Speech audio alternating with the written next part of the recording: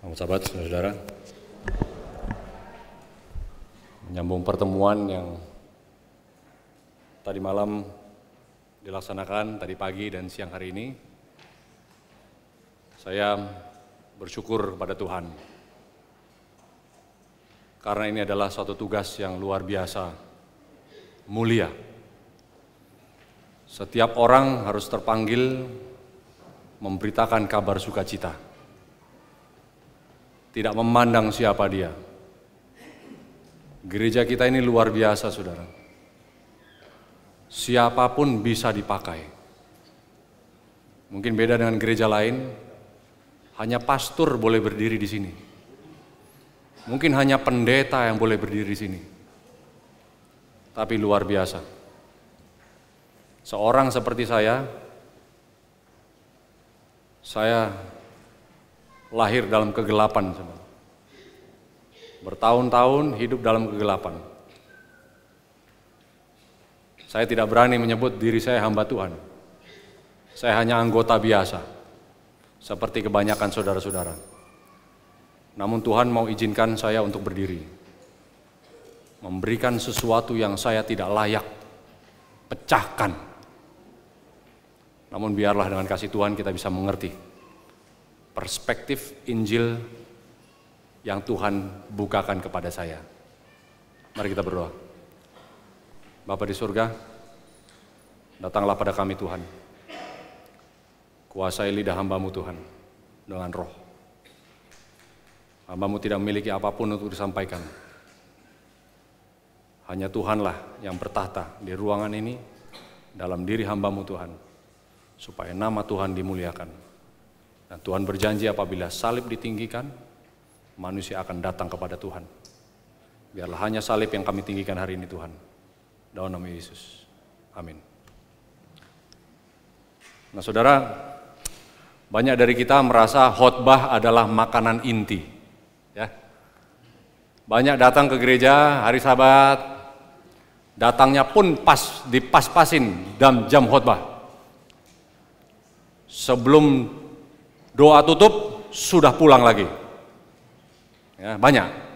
Saya pun begitu, bertahun-tahun. Datang ke gereja, wah ini masih sekolah Sabat. Sekolah Sabat itu nomor 2 lah. Intinya khotbah. Datanglah kita berbondong-bondong ke gereja, hanya mendengarkan khotbah, habis khotbah pulang. Kalau khotbahnya jelek, protes kita, betul? Khotbahnya jelek. Padahal yang salah siapa, saudara? Khotbah bukan makanan inti umat Tuhan, benar? Jangan harapkan khotbah ini menjadi makanan inti. Kalau mengharapkan khotbah menjadi makanan inti, selalu pulang gereja kita protes. Ya. Setiap hari firman Tuhan harus mendarah daging. Keluar dari mulut kita bukan hanya bisnis, bukan hanya cari-cari uang, bukan hanya omong kosong membual, bukan hanya pamer kecantikan dan sebagainya, bukan. Kehidupan kita adalah membeberkan rencana keselamatan. Itu pun bukan dengan khotbah. Saudara tidak di kantor ngomong, tahu nggak kamu? Alkitab ini begini loh. Tidak, saudara. Rasul Paulus katakan, beritakanlah Injil bukan dengan hikmat perkataan supaya pekabaran salib tidak menjadi sia-sia. Sebelum kita mengabarkan melalui perkataan, ya, bawalah diri kita menjadi Injil yang hidup. Itu baru efektif. Ada seorang pastor dulu katakan, berkhotbahlah, beritakan firman Tuhan, kalau perlu baru pakai kata-kata. Nah, maksud ya, semua kehidupan kita saudara-saudara harus merefleksikan rencana keselamatan. Nah seperti apa ini? Lahir di dalam kebenaran gereja Tuhan ini tidak menjamin anak akan tumbuh mengerti kebenaran. Jadi pegang posisi penting pun di dalam gereja belum tentu seorang mengerti rencana keselamatan. Tidak akan merubah seorang dari dalam sampai luar. Mungkin luarnya tok dipoles kelihatan, wah itu orang hebat. Jago dia bahasa Alkitab. Tidak ada artinya itu. Sama seperti pohon-pohon ara yang berbuah, tidak berbuah. Ingat pelajarannya Markus 13. Pohon hanya berdaun, tidak berbuah. Ingat ya, daun ara lebat. Yesus datang, waduh pasti buahnya banyak. Ternyata tidak ada buah. Kenapa demikian? Roh Nubuat jelas mengatakan bahwa pohon ara adalah pohon kalau musim panas daunnya ini masih rontok, buahnya dulu keluar, habis buah keluar baru daun. Tapi pohon ini berbeda, daunnya lebat sehingga menipu orang. Jadi kalau daunnya lebat, asumsinya adalah apa? Buahnya tetapi buahnya ternyata tidak ada di satu pohon ini. Yesus memberi ilustrasi, saudara-saudara. Inilah kebanyakan umat Tuhan. Daunnya dari jauh hebat. Lihat itu ketua jemaat, lihat itu hebat sudah jadi diakon, hebat dia jadi pendeta, luar biasa. Tapi di dalam kehidupan kita di saat pintu-pintu tertutup, jangan pintu tertutup lah, di luar gereja udah kelihatan. Apalagi tidak kelihatan manusia. Seorang Kristen adalah di saat manusia tidak melihat, dia tetap merefleksikan tabiat Kristus. Amin. Jangan jadi pohon ara ini, saudara. Daunnya tok. Nah, berbicara mengenai pohon ara, daun ara, sering kita dengar pembahasan ini ya.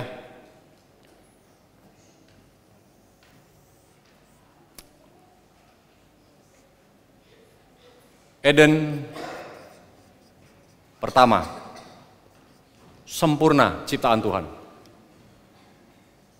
Eden kedua, akan disempurnakan kembali ciptaan Tuhan, betul? Inilah Kejadian 1, Kejadian 2. Luar biasa ini, Wahyu 21 dan 22. Dosa belum ada. Ini dosa sudah dihapuskan. Apa yang terjadi di sini kalau begitu, saudara-saudara? Inilah dosa. Betul? Rencana keselamatan ini, saudara-saudara, membawa kita mengerti, kita yang sedang ada di sini, mengerti rencana akbar, the great plan of salvation. Rencana dahsyat keselamatan manusia. Apa yang terjadi di Eden, saudara-saudara?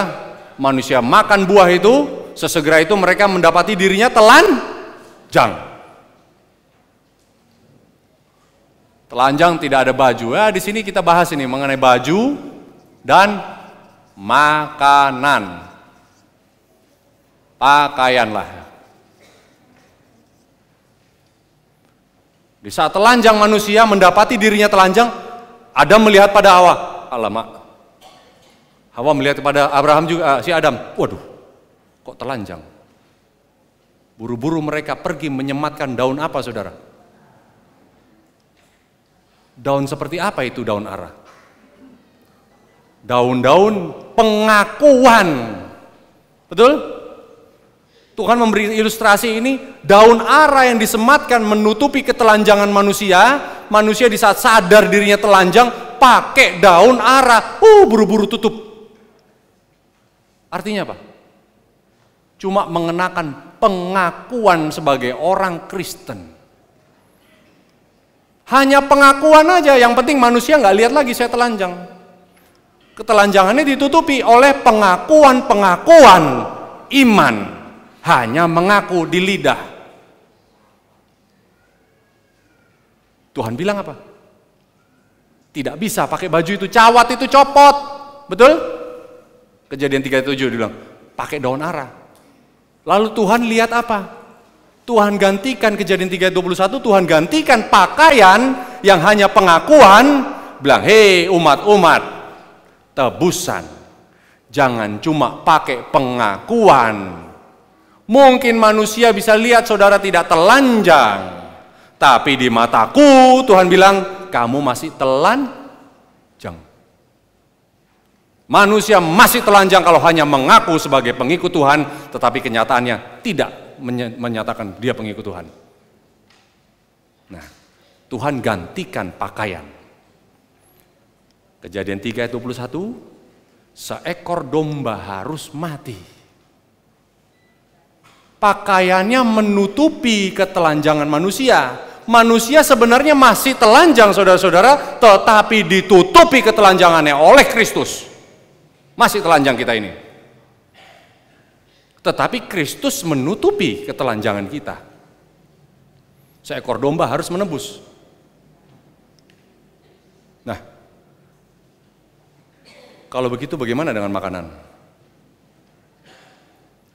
Saudara, di Eden yang pertama, keadaannya mirip dengan keadaan kedua. Makanan bagi Adam dan Hawa saat dosa belum masuk ke dalam dunia. Makanannya apa saudara? Bukan makanan jasmani. Yohanes 4:34, makananku adalah melakukan kehendaknya yang mengutus aku. Inilah makanan manusia sesungguhnya. Inilah makanan kita saudara-saudara nanti di Eden kedua. Tidak penting lagi makanan jasmani. Makanya kerajaan surga bukan urusan makanan, bukan urusan apa. Saya hati-hati ngomong begini ya. Bisa saya bilang begini, oh dicatat sama orang bilang, oh kalau gitu boleh makan sembarangan. Oh tidak saudara, saya tidak makan sembarangan. Saya tidak makan, ya hewan saya nggak makan. Tapi bukan artinya hidup kita hanya ngurusin makanan tok. Makanan kita di Eden pertama adalah melakukan kehendak Tuhan. Makanan kita nanti Kristus datang, kita akan hidup hanya melakukan kehendak Bapa di surga. Nah, ada apa dengan pakaian dan makanan di sini saudara-saudara? Yang tadinya artinya rohani, kemudian makanan dan pakaian adalah kiasan menggambarkan it's everything that we care about, ya. Segala sesuatu yang kita pikirkan sementara kita di sini adalah urusan makanan dan pakaian. Tadi makanan dan pakaian kita ini adalah rohani, artinya saudara-saudara, pakaian Kristus adalah kebenaran kita menjadi pakaian kita saat dosa belum masuk. Sekarang pakaian ini ya pakaian ya yang kayak saya pakai, saudara pakai hari ini. Inilah urusan manusia sekarang karena kita berdosa. Tuhan mau pulihkan di Eden kedua dengan mengatakan apa saudara-saudara? Matius 6 ayat 31. Jangan pikirkan apa makananmu, jangan pikirkan apa pakaianmu. Karena itu yang dicari bangsa yang tidak mengenal aku. Ngerti maksudnya ya? Saudara, pakaian dan makanan sesuai dengan definisi jasmani kita hari ini bukanlah faktor yang penting. Jangan hiraukan pakaian dan makanan kita, saudara. Maka itu di saat Eden, Tuhan berkata sama Abraham, "Hei Abraham, kamu akan berpeluh." Di Kejadian 3 ayat 19, sering saya bilang mengenai ini. Kejadian 3 ayat 19, "Hei Adam, hei manusia yang berdosa, hei umat-umat Tuhan, dengan berpeluh engkau akan menyediakan makananmu." Artinya apa saudara? Berpeluh ini kata bahasa Ibrani aslinya bukan hanya berkeringat. Berpeluh ini artinya cemas, khawatir. Dia bilang, hai kamu yang mengaku umat-umat Tuhan. Kamu urusan makanan saja, kamu akan berpeluh. gemetar besok saya makan apa. Aduh, kalau saya kerja untuk Tuhan, saya mau makan apa besok? Kalau saya serahkan semuanya harta saya kepada Tuhan untuk muliakan namanya Dia, saya besok makan apa? Betul? Tuhan bilang, kalau kamu khawatir makananmu, pakaianmu, jangan. Itu yang dicari bangsa yang tidak mengenal aku. Saudara, kalau saya ini bodoh, saudara. Kalau saya masih khawatir makanan dan pakaian saya hari ini, mungkinkah saya bangsa yang tidak mengenal Tuhan? Mungkin nggak? Sementara saya bergereja bertahun-tahun, setiap Sabat datang ke gereja, mungkin ada yang datang ke gereja hari Minggu, nggak tahu. Kita ngomongin kita lah ya. Tahu hukum Tuhan. Tahu rencana keselamatan. Masih khawatir mengenai makanan dan pakaian, saudara-saudara. Coba tanyakan pada diri, sayakah bangsa yang tidak mengenal Tuhan itu? Sayakah yang dimaksud oleh Tuhan Yesus itu? Yesus berbicara mengenai saya. Pada umatnya dia bilang, hei, kalau kamu khawatir makanan dan pakaian, itu loh kayak si Ramon itu, tidak kenal sama saya. Simple, saudara-saudara. Tuhan sedang membawa kita masuk ke dalam Eden yang kedua ini. Mungkin nanti sore kita belajar sedikit nubuatan. Seperti apa kondisi kita sekarang ya. Walaupun katakan Kristus datang masih 1 juta tahun lagi. Kalau segitu lamanya, kita akan tetap hidup seperti Kristus hari ini. Tapi ngomong-ngomong, kondisi kita jelas menggambarkan segala sesuatu sudah tergenapi. Hanya sedikit hal yang belum tergenapi, baru sudah kesudahannya akan datang. Nah saudara, umat Tuhan akan dipersiapkan dengan cara apa kalau begitu? Mau masuk ke dalam Eden yang kedua, kekhawatiran adalah bentuk dari dosa. Kekhawatiran ini adalah produk perdana. Ya, bahasa kerennya lah produk perdana, produk unggul, produk utama. Bahkan produk pamungkas dari dosa. Karena kekhawatiran akan membuat umat Tuhan terus menumpuk harta. Sementara Tuhan bilang, 1 Timotius 6 ayat 9, celakalah mereka yang ingin kaya, karena yang ingin kaya akan jatuh ke dalam berbagai macam pencobaan. Ayat 10 berkata, karena cinta akan uang adalah akar dari beberapa kejahatan. Tidak. Akar dari semua kejahatan, saudara. Saya tidak bisa tekankan luar biasa kuatnya mengenai Injil yang sangat sederhana ini, saudara. Bahaya kalau kita masih khawatir mengenai makanan dan pakaian. Saudara, kalau kita tidak khawatir makanan dan pakaian, coba ya. Bukankah luar biasa hidup itu sangat-sangat ringan? Benar? Nah, ini rencana keselamatan. Mungkin saudara bosan kalau saya bicara selalu mengenai ini. Ya. Rencana keselamatan ini adalah melalui Kristus yang sudah mati, kita beriman, kita bersyukur kepada Tuhan karena tanpa Yesus tidak bisa kita diselamatkan. Bukti dari iman seperti tadi Bapak bilang, bukti dari iman kita akan melihat kepada Kristus yang taat, yang tunduk kepada hukum Tuhan. Hukum yang mana? Semuanya, saudara-saudara. Nah, perjalanan dari Eden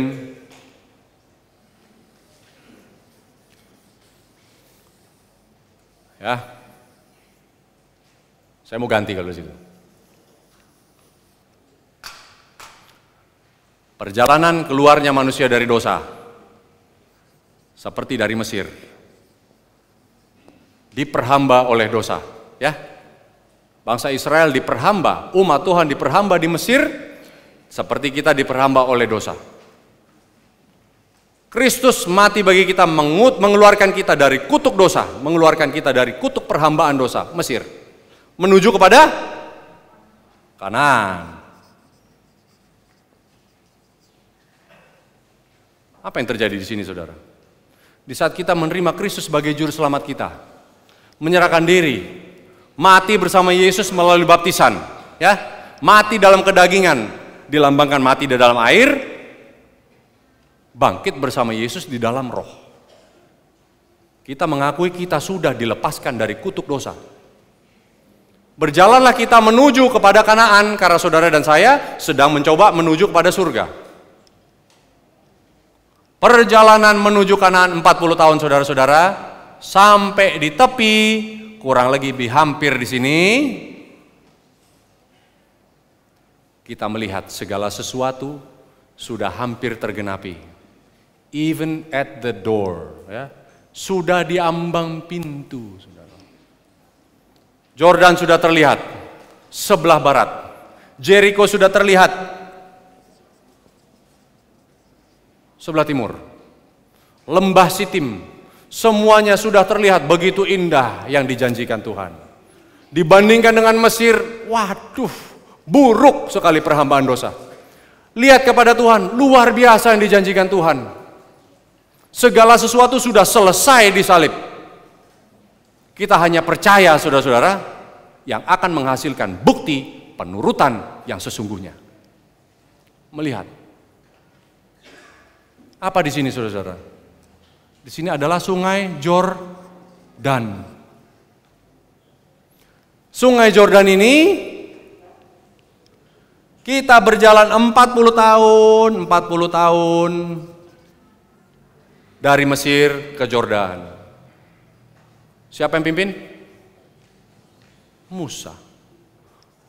Musa pemimpin. 40 tahun sebelum menyeberang sungai Yordan, Musa mati. Habis Musa mati, siapa yang pimpin? Joshua yang pimpin. Siapa Joshua ini? Siapa paralelnya Joshua? Yesus. Joshua, Jehoshua, Yeshua, Hamasiah. Itulah Yesus. Kalau sama Musa, orang-orang berani bersungut-sungut, selalu protes sama Musa, tiap hari protes. Sama Joshua dikatakan tidak berani sama Joshua, orang-orang Israel protes. Diam. Ya. Nah, saudara-saudara, Anda dan saya sedang berada di tempat ini. Sudah terlihat semuanya. Tapi kita selama ini masih dipimpin oleh Musa. Yesus sedang menanti umat-umat Tuhan yang sudah berjalan selama ini. Yesus berdiri di tepi sungai mengatakan, beri tanganmu, mari kita menyeberang sungai Yordan. Nah, di saat manusia, bangsa Israel menyeberang sungai Yordan, ya, mereka menjunjung tabut perjanjian.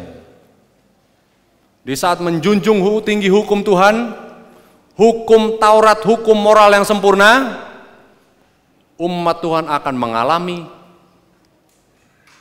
arus yang keras, ya.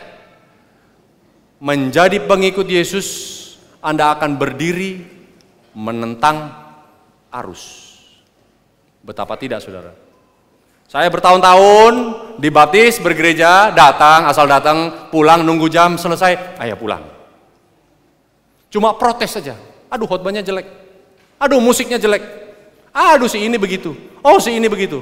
Protes sama pendeta, protes sama organisasi, protes sama jemaat. Sampai di tepi sungai Yordan, Yesus yang bilang pribadi sama saya, mari kita menyeberang sungai Yordan. Singkat cerita, bangsa Israel menyeberang sungai Yordan. Setelah menyeberang sungai Yordan, terkumpullah 12 batu. Betul ceritanya, ingat? Nah, saudara, cerita bangsa Israel ini bukan hanya cerita anak-anak. Ini cerita untuk orang dewasa semua, saudara. 1 Korintus 10 ayat 11 mengatakan apa yang terjadi menimpa bangsa itu adalah contoh bagi kita yang hidup di akhir zaman. Menyeberang kita dikumpulkan menjadi 12 batu. Inilah simbol 144.000 yang datang dari 12 suku keturunan Israel. Simbolnya. Tidak menyeberang sungai Yordan, tidak terkumpul itu 144.000. Kenapa 144.000? Di sini orang Israel disunat. Saudara, saya ngulang, saya pernah berikan ini di sini ya. Apa artinya sunat, saudara? Ulangan 10 ayat 6, 16 ayat 30 dan ayat 6. Sunat adalah memiliki hati yang baru. Jadi tidak mungkin saudara dan saya memiliki hati yang baru kalau tidak menyeberang sungai Yordan. Tidak mungkin saudara mempunyai hati yang baru kalau tidak dipimpin oleh Yosua. Seperti paralelnya ya. Setelah sunat, orang Israel dikatakan, hei orang-orang Israel. Ini bukan sunat jasmani lagi ya maksudnya ya. Setelah disunat secara rohani memiliki hati yang baru. Ini artinya hati yang baru ya. Hati baru. Setelah punya hati yang baru, apa yang Tuhan perintahkan pada orang-orang Israel? Pulang ke tendamu masing-masing. Pulang ke tenda masing-masing. Berapa hari? 4 hari lamanya. Setelah pulang ke tenda masing-masing, jangan keluar. Kamu ada di dalam tenda. Sesudah itu, mana berhenti. 40 tahun, mana berhenti. Habis berhenti, baru Yosua kumpulkan tentara-tentara. Mari kita masuk seberangi. Mari kita serbu Jeriko.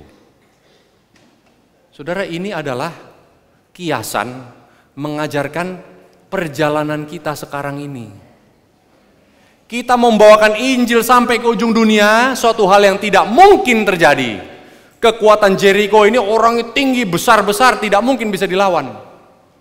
Membawakan Injil ke ujung dunia tidak bisa dengan kekuatan kita, saudara-saudara. Pergi ke Jeriko bukan dengan pedang, bukan dengan panah, bukan dengan kekuatan manusia, hanya dengan nyanyian. Betul? Apa yang terjadi kalau begitu? Saudara dan saya tidak mungkin bisa membawakan Injil sampai ke ujung dunia. Tidak punya nyanyian.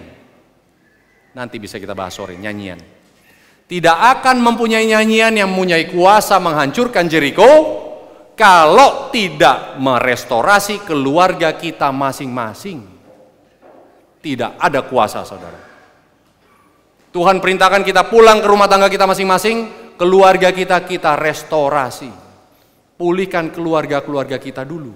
Dengan cara apa saudara-saudara pulihkan keluarga? Dengan cara memiliki hati yang baru. Tidak bisa memiliki hati yang baru kalau Anda sendiri belum menyeberang sungai Yordan. Tidak menyeberang sungai Yordan kalau bukan Yosua yang pimpin. Manusia tidak bisa pimpin nyebrang sungai Yordan, hanya Yesus bisa menyeberangi sungai Yordan bersama Anda. Betul? Apa kalau begitu ini Yordan? Aplikasi buat kita hari ini. Yordan artinya mati. Saudara-saudara, mungkin kita sudah dibaptis oleh air. Sampai hari ini di tepi sungai Yordan. Tanpa mengalami baptisan oleh Kristus dengan Roh Kudus. Dibakar dengan api yang menyucikan setiap hari. Mati di dalam kedagingan kita. Supaya bangkit di dalam roh menjadi manusia yang baru. Karena apa yang lahir dari daging, walaupun sudah dibaptis, tetap akan menghasilkan daging. Karena yang akan lahir dari roh akan menghasilkan roh. Saudara, minta kasih tahu Tuhan, apa ini Yordan saya? Saya tahu Yordan saya, saudara-saudara, adalah harta. Saya cinta sekali dengan uang. Tidak bisa hidup dengan uang. Saya nggak tahu, mungkin saudara-saudara tidak punya berhala uang ya. Tapi uanglah berhala saya dulu bertahun-tahun. Saya datang kepada Tuhan, lalu Yesus katakan, Dia mengulurkan tangannya kepada saya, saudara-saudara. Yesaya 41 ayat 10 mengatakan, jangan takut sebab aku ini Allahmu ya. Dan jangan bimbang, karena aku akan menyertai engkau. Aku akan memegang tanganmu dengan tangan kananku yang akan membawa kepada kemenangan. Saudara, kalau Yesus kasih tangan kepada Anda, jangan takut. Artinya apa, saudara? Situasi seperti apa saudara hadapi? Sampai Yesus harus bilang, jangan takut. Saudara Jimmy, jangan takut. Situasi seperti apa itu? Menakutkan atau enggak? Pasti menakutkan. Saudara, saya tantang Yesus. Saya datang kepada Tuhan. Kalau kita datang kepada Tuhan, Tuhan akan nyatakan apa berhala kita yang paling besar, saudara. Apakah itu uang kita? Apakah itu bisnis kita? Apakah properti kita yang luar biasa hebatnya? Atau kecantikan kita? Nggak tahu saya. Datanglah saya bersama istri datang kepada Tuhan. Beberapa tahun lalu, tanya sama Tuhan. Tuhan, apa yang jadi berhala dalam kehidupan saya? Kalau kita tanya sama Tuhan berhala itu, Tuhan nyatakan atau tidak? Pasti Tuhan nyatakan, saudara. Tapi meninggalkan berhala itu, saudara-saudara, penuh dengan gentar. Tuhan bilang apa? Kalau kamu mau mempunyai hati yang baru, mau mempunyai kuasa untuk memulihkan rumah tanggamu, saudara, rumah tangga saya morat-marit, kelihatannya bagus, cuma saling benci satu sama lain. Bertahun-tahun disatukan dengan istri, tapi waduh. Ya inilah. Kalau kamu mempunyai hati yang baru, kalau kamu mau mempunyai rumah tangga yang pulih, kalau kamu mau dipakai untuk membawakan Injil sampai ke ujung dunia, mempunyai nyanyian Musa, the song of deliverance, kamu harus berikan tanganmu kepada saya. Mari seberangi sungai Yordan. Saudara ingat perhambaan dari Mesir? Keluar dari Mesir, kita mau cari Tuhan, setan bilang apa? Firaun bilang apa? Oh, tidak semudah itu Advent. Betul? Dia bilang, Musa, mau kemana kamu?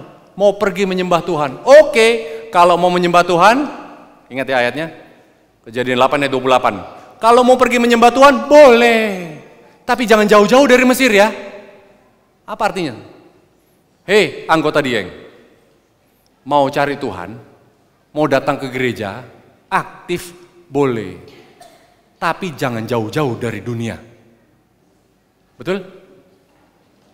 Musa bilang apa? Gak bisa begitu. Kalau kita pergi keluar dari Mesir, kita akan pergi jauh. Setan bilang apa? Oh, kalau begitu gak bisa. Datanglah tulah pertama, air jadi darah, jadi nyamuk, jadi katak, lalat. Lalu Musa dipanggil lagi. Aduh Musa, oke lah.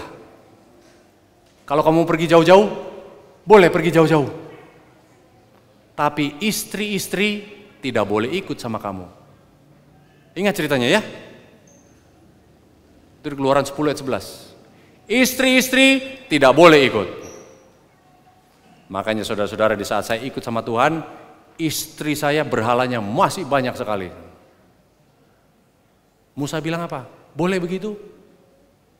Boleh kita mencari Tuhan, coba memberitakan Injil dan sebagainya, sementara istri dan anak-anak tidak merefleksikan bahwa kamu adalah umat yang percaya kepada Tuhan. Bisa? Tidak bisa. Datanglah tulah-tulah berikut. Lalu Firaun panggil lagi Musa. Oke Musa, kalau kamu mau pergi, boleh pergi jauh-jauh, bawa anak istrimu boleh bawa pergi. Tapi kambing dombamu, lembu sapimu tidak boleh ikut. Begitu ceritanya. Keluaran 10 ayat 24. Apa artinya saudara?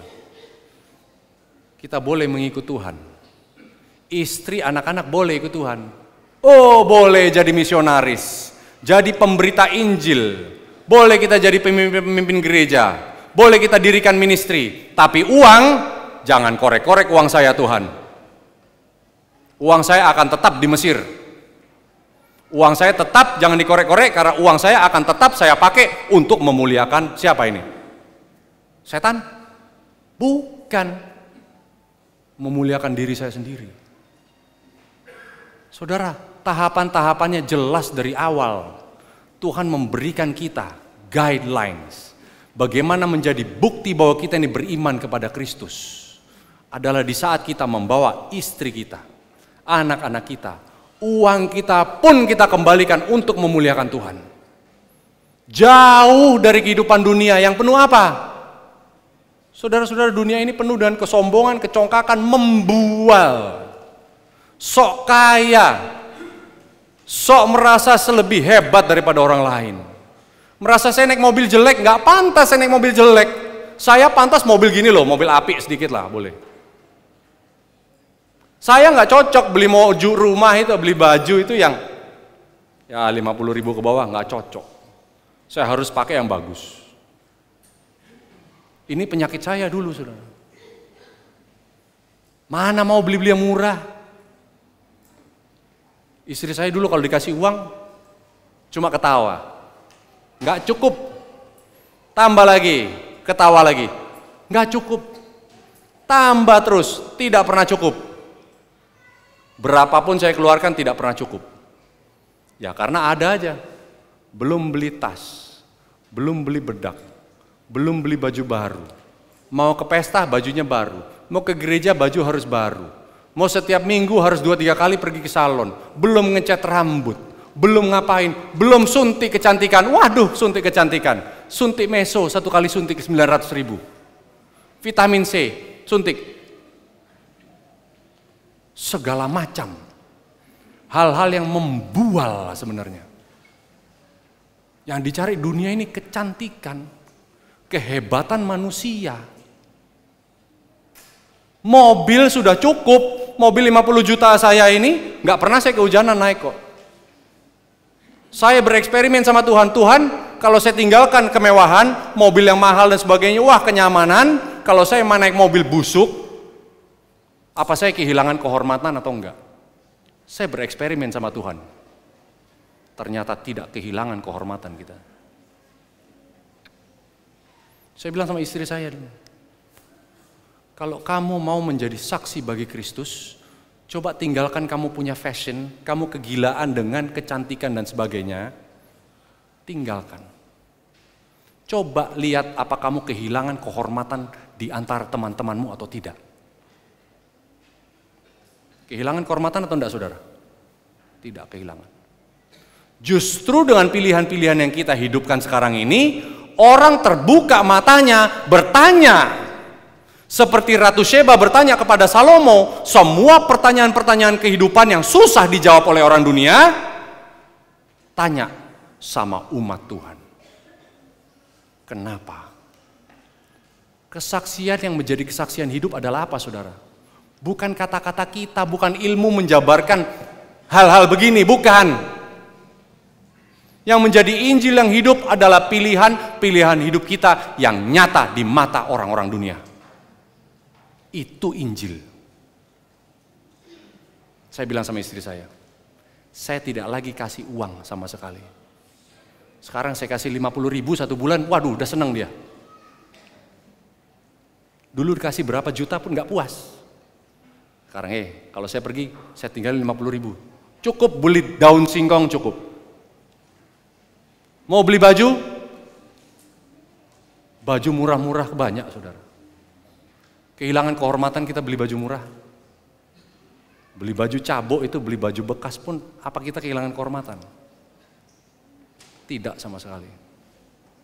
Kristus yang dengan segala kemuliaan yang memiliki alam semesta, saudara, turun ke dunia, mengambil posisi manusia yang paling hina.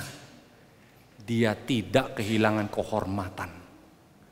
Justru saat disalib diangkat, salib penyangkalan diri diangkat, orang akan terbuka matanya melihat siapa yang kita sembah. Rencana keselamatan, saudara-saudara, sangat mudah. Kita keluar dari kedagingan-kedagingan kita. Saya nggak tahu kedagingan saudara-saudara seperti apa. Buat saya, Jordan saya adalah ketergantungan saya dengan uang. Dengan pertolongan Kristus saya coba patahkan, saudara. Saya bilang, Tuhan, Kenapa saya khawatir masalah makanan dan minuman? Kenapa saya harus tumpuk harta begitu banyak di dalam kenyamanan, sementara orang begitu banyak memerlukan Injil, memerlukan kasih? Saya nikmati. Naik mobil begini kurang bagus, naik yang lebih bagus. Kurang puas juga, naik lebih bagus lagi. Kurang puas, tambah-tambah terus. Sementara Tuhan tidak pernah dipermuliakan. Nah, saudara, saya yakin ada beberapa dari kita mempunyai berhala yang sama dengan berhala saya. Saya bisa generalisasi.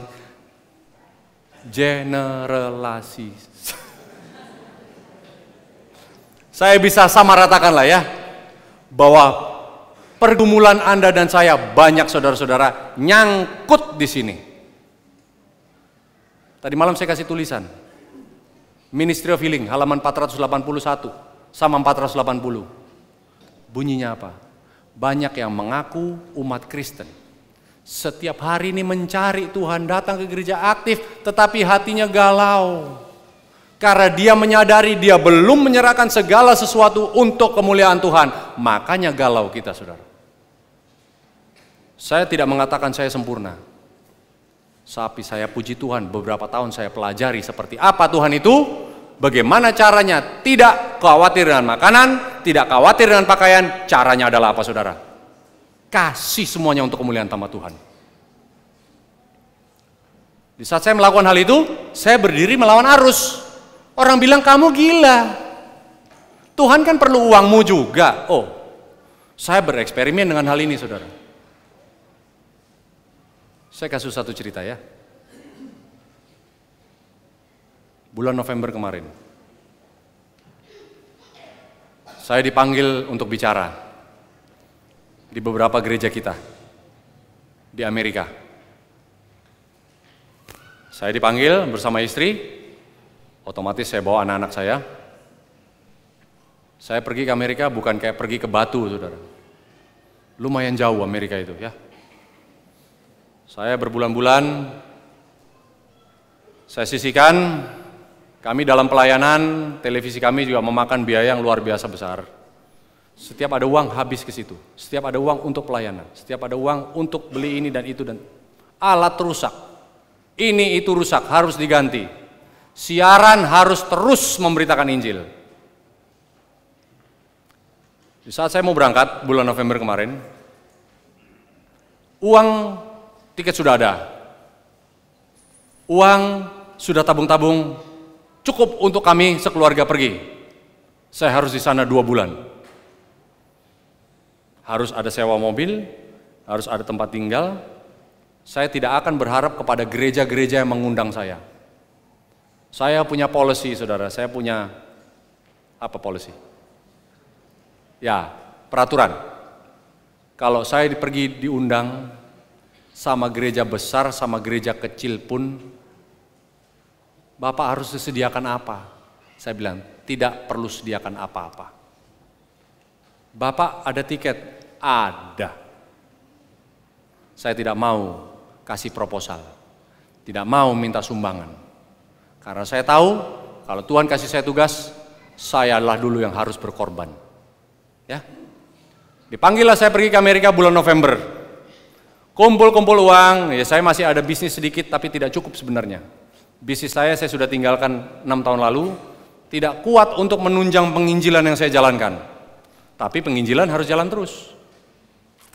Saya mau berangkat, uang sudah terkumpul. Beberapa saat sebelum mau berangkat, saudara, ada beberapa hal yang tiba-tiba harus dibayar. Harus dibayar ini dan itu, ada kerusakan alat-alat untuk pelayanan dan sebagainya. Singkat cerita, uang yang saya sudah cukup untuk saya beberapa bulan, terpaksa harus saya habiskan.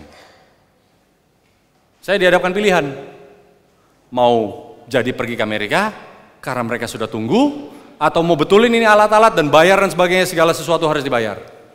Pilih salah satu. Waduh, saya nggak bisa pilih satu. Saya harus jalanin dua-duanya. Uang saya yang saya sudah kumpulkan habis sebelum saya berangkat. Saudara, di saat saya berangkat, saya bawa satu alat yang harus dibawa dibetulin di Amerika. Alat ini luar biasa. Alatnya harganya 200 juta, saya bawa ke sana dan betulin, saya nggak tahu harganya berapa. Saya bawa sekalian, saya sampai di Amerika, uang saya yang tinggal sedikit itu benar-benar tinggal sedikit, saudara. Apa saya telepon manusia? Mungkin telepon saudara-saudara saya yang banyak uang? Tidak. Saya telepon sama Tuhan. Tuhan,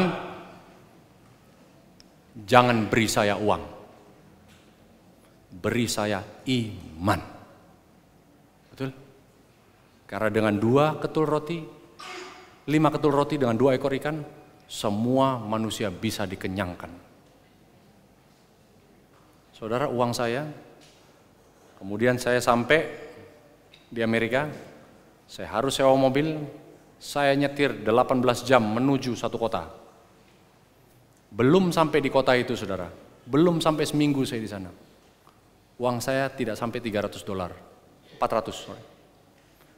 Nah, $400 ini ya ada 5 jutaan lebih lah ya. Tapi 5 juta lebih, saya di negaranya orang, tidak pegang uang, saya bersama anak istri semua sekeluarga, belum pelayanan harus dibayar, alat harus saya bawa perbaiki, harganya sudah $2.000 ternyata. Sampai saya di satu kota, saya sudah ditunggu, 1 jam lagi saya tiba di sana. Saya gentar, saudara. Tuhan, buat bensin aja tidak cukup. Tapi terima kasih Tuhan, kasih saya iman. Nah, saudara, saya berdoa, saya menepi karena mau ke toilet, ada park ya. Saya menepi, waktu itu di atas pegunungan, sudah es, dingin. Saya menepi, saya berdoa di situ, Tuhan, kasih saya tidak punya iman. Kenapa saya begitu khawatir? Padahal masih ada loh ini uang. Hari ini pun kalau dihabisin untuk makan masih bisa. Kasih saya iman yang bertumbuh. Jangan kasih saya uang. Saudara, saya menepi di mobil, parkir, pergi kencing sama anak-anak, balik ke mobil. Saya lihat di sebelah saya ada mobil butut. Mobil tua. Mobil saya, mobil sewaan masih baru ya, masih bagus ya. Walaupun seminggu sebelumnya nabrak. Tadi malam saya cerita ya. Saya lihat mobil sebelah saya, mobil tua, ada kertas di kacanya ditulis, tolong bantu saya. Saya ingin menuju Tennessee, ketemu dengan anak saya.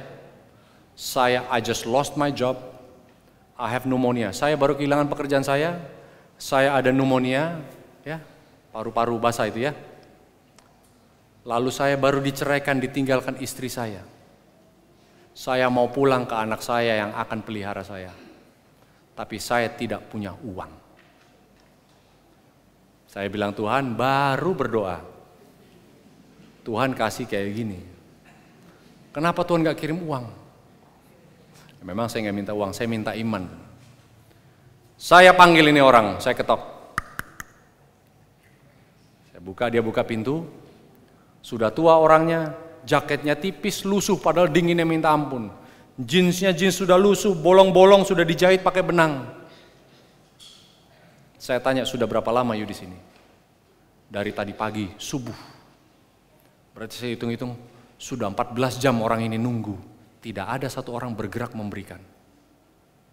Saya bilang, berapa kamu butuh? Saya butuh $180. Saya hitung uang saya ini mungkin 380. Cukup sebenarnya untuk bantu dia. Saya bilang begini, saya bantu kamu isi bensin full aja. Ya, berapa isi bensin full? Dia lihat tangkinya, ya $36 lah. Oke, ikut saya. Dia ikut, pom bensin berikut, saya berhenti, dia berhenti di belakang, isi bensin silakan. Berapa banyak? Full, nggak apa-apa.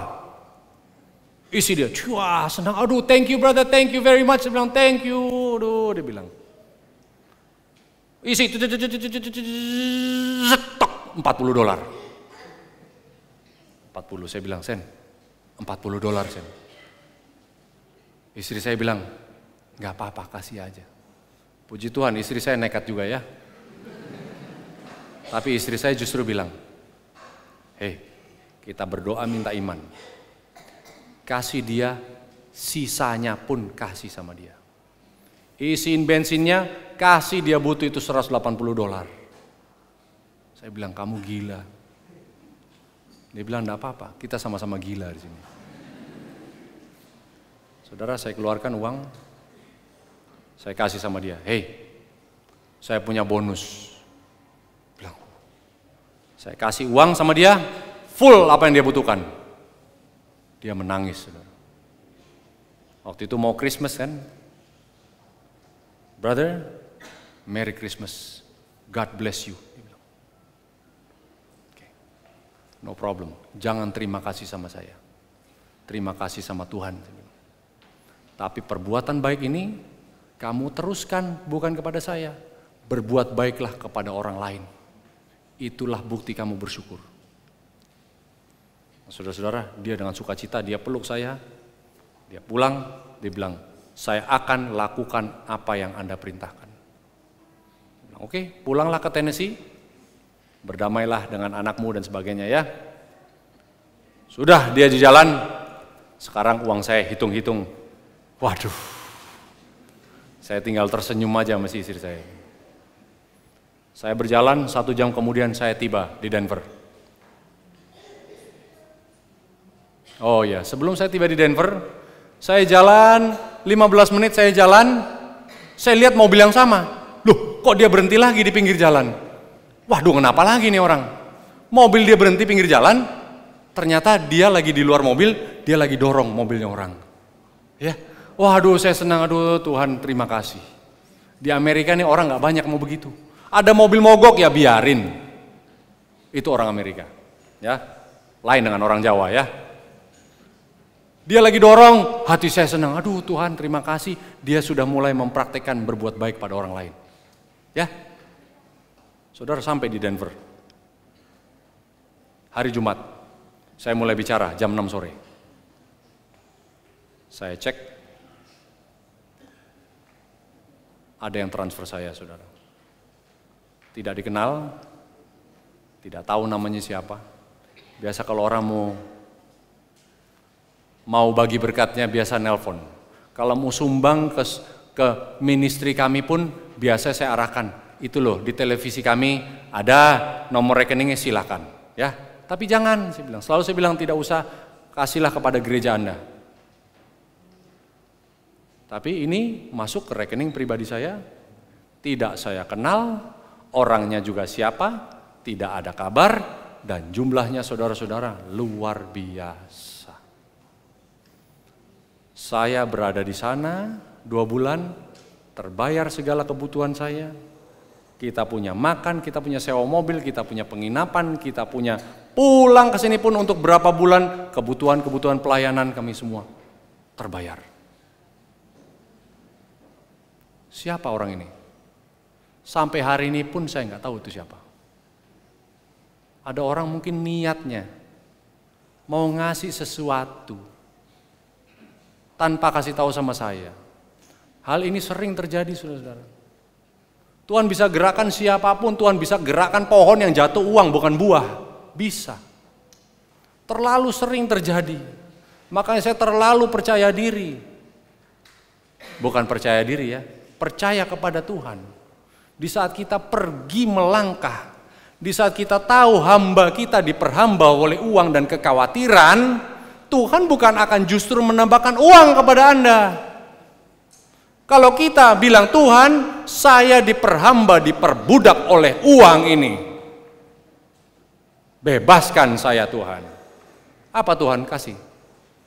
Tambah uang lagi atau apa? Tidak, saudara-saudara. Tuhan kasih Anda ayat Matius 10 ayat 7. Pergilah beritakan Injil, jangan bawa itu emas, jangan bawa perak, jangan bawa apapun, jangan bawa baju, jangan bawa uang saku, jangan bawa tongkat, jangan bawa baju dua, jangan pakai sepatu pun, jangan bawa. Itulah ayat yang dikasih sama kita, saudara. Kalau kita mau latihan, gimana caranya tidak khawatir? Saudara, saya menjalankan ministry ini luar biasa, habis-habisan uang. Saya dari hidup nyaman, sekarang hidup benar-benar empot-empotan terus. Tapi puji Tuhan, setiap bulan terbayar. Walaupun saya tidak. Saya mau pergi nongkrong sama teman, beli jus 50.000 aja, aduh sakit hati. Saya tinggal di desa, Tuhan ingin kita tinggal di desa supaya apa, saudara? Tidak lihat di kota terus. Kalau lihat kota, lewat showroom ini, waduh saya belum punya mobil itu, beli. Lihat pergi ke rumahnya temen, waduh rumahnya bagus ya. Besok ada kemampuan, saya beli. Tinggal di kota, oh si ini punya baju baru ya. Wah lihat ini bajunya, tasnya baru. Lihat itu jam tangannya baru. Wah lihat ini baru. Oh lihat anaknya sudah sekolah di ini dan sebagainya. Persaingan terjadi, saudara. Saya tinggal di desa di atas gunung. Tidak ada saingan. Saya paling kaya di atas gunung itu, saya paling kaya. Karena tetangga saya pakai beli sendal aja nggak mampu. Tidak mampu beli sendal. Anak saya ketemu ibu-ibu pikul-pikul kayu, tidak pakai sendal. Ibu ini sendal, pakai sandal bu. Oh ya terima kasih Neng. Besok dia naik pakai kayu lagi, tidak pakai sendal lagi. Ibu mana sendalnya? Waduh saya jual Neng, butuh duit. Tuhan mau kita ini melihat ke bawah, saudara. Jangan melihat ke atas terus.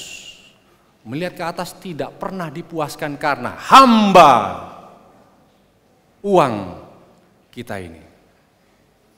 Tuhan menginginkan suatu yang revolusioner terjadi pada umat Tuhan.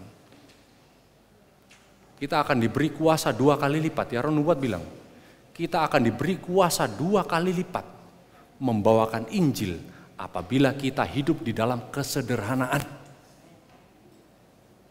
Saudara, kalau kita mau hidup bermewah-mewah, bukan 2 kali lipat ganda dikasih. Mungkin dikurangi kekuatan kita. Betul? Kita berbicara mengenai Yesus yang sederhana, Yesus yang punya penyangkalan diri, Filipi 2 ayat 6-10, memiliki segala sesuatu, tapi dia turun menjadi manusia, taat sampai mati di dalam kesengsaraan yang luar biasa. Ini yang kita bawakan pada dunia.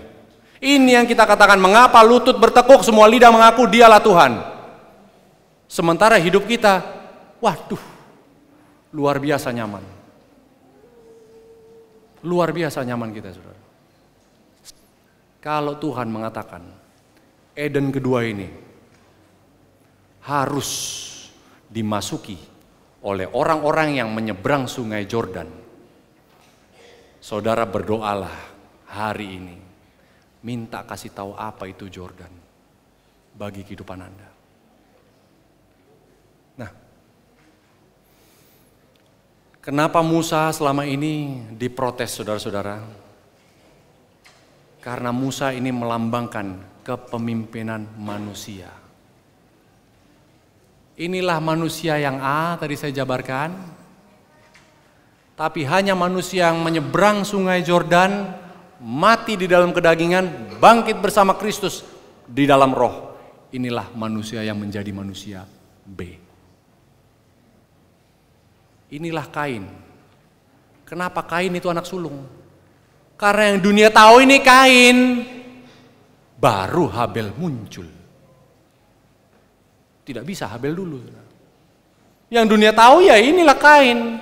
Yang kita tahu ya bergereja ya disinilah kita ini. Menerima Yesus sebagai juru selamat, iya. Tetapi ya gini-gini aja. Inilah manusia yang suam. Inilah Laodikea. Di dalam buku Peristiwa Akhir Zaman, halaman 49. Gereja kita ada di dalam keadaan apa? Laodikea. Tuhan tidak ada lagi di tengah-tengahnya. Waduh, hati-hati saudara. Kita boleh periode kita Laodikea. Tapi keadaan kita tidak boleh Laodikea. Karena kala keadaan kita Laodikia, Tuhan tidak ada di tengah-tengah kita. Ingat itu. Periode kita Laodikia, jangan bangga. Ya namanya juga gereja Laodikia, jangan. Kita periode kita Laodikia. Keadaan kita tidak boleh Laodikia. Nah, keadaan gereja yang sekarang ini seperti Laodikia pun, betul? Keadaan kita suam. Cari dunia iya, cari Tuhan iya. Tuhan akan pulihkan di dalam buku yang sama, Peristiwa Akhir Zaman halaman 180. Gereja yang kelihatannya akan jatuh, tetapi sesungguhnya dia tidak akan jatuh. Amin. Kelihatannya jatuh, tapi tidak akan jatuh. Ya, jadi hari ini kita seperti mengendari mobil. Sudah tahu depan ini jurang. Kesuaman ini adalah jurang yang mematikan. Terus berada di dalam mobil. Sudah tahu jalan di depan jurang. Kalau gereja yang kelihatannya akan jatuh, tetapi tidak akan jatuh, jadi harus ada apa saudara-saudara? Putar balik. Betul? Baru tidak jatuh. Jangan merasa keadaan kita, kebiasaan kita, semua tradisi kita, ritualitas kita bergereja akan menyelamatkan kita. Tidak. Kita harus berbalik. Hari ini, di saat Kristus mengulurkan tangannya kepada saudara-saudara, berikan berhalamu kepadaku. Mari kita menyeberang sungai Yordan. Barulah kita bisa memiliki hati yang baru. Barulah kita bisa dipakai menjadi Injil yang hidup. Keluarga kita akan dipulihkan. Luar biasa bahagia rumah tangga saya saudara sekarang. Dulu seperti neraka. Sekarang, waduh. Seperti rumah tangga Advent halaman 15 mengatakan, setiap rumah tangga Masehi Advent hari ke-7 harus menyerupai surga di dunia. Inilah janji Tuhan. Barulah kita dipakai mempunyai nyanyian yang baru. Puji Tuhan, mari kita berdoa. Bapa di surga, terima kasih Tuhan, kasih-Mu yang menjadi inspirasi bagi kami. Tuhan sudah memberikan terang dan bukti yang sangat-sangat banyak untuk kami melangkah membangun iman kami Tuhan. Namun kecintaan kami akan diri kami sendiri Tuhan, di dalam dosa dan kesalahan-kesalahan yang kami sayangi, cinta pada diri, cinta pada uang, dan kedengkian, iri hati dan persaingan yang ada di tengah-tengah kami hari ini Tuhan. Biarlah dengan kuasa Kristus kami memberikan tangan kami untuk Tuhan bantu menyeberang sungai Yordan, supaya kami menjadi manusia yang baru. Terpujilah atas jemaat, atas adanya jemaat Tuhan di bumi ini Tuhan, supaya kami belajar satu sama lain memiliki kasih Kristus yang tidak berkesudahan.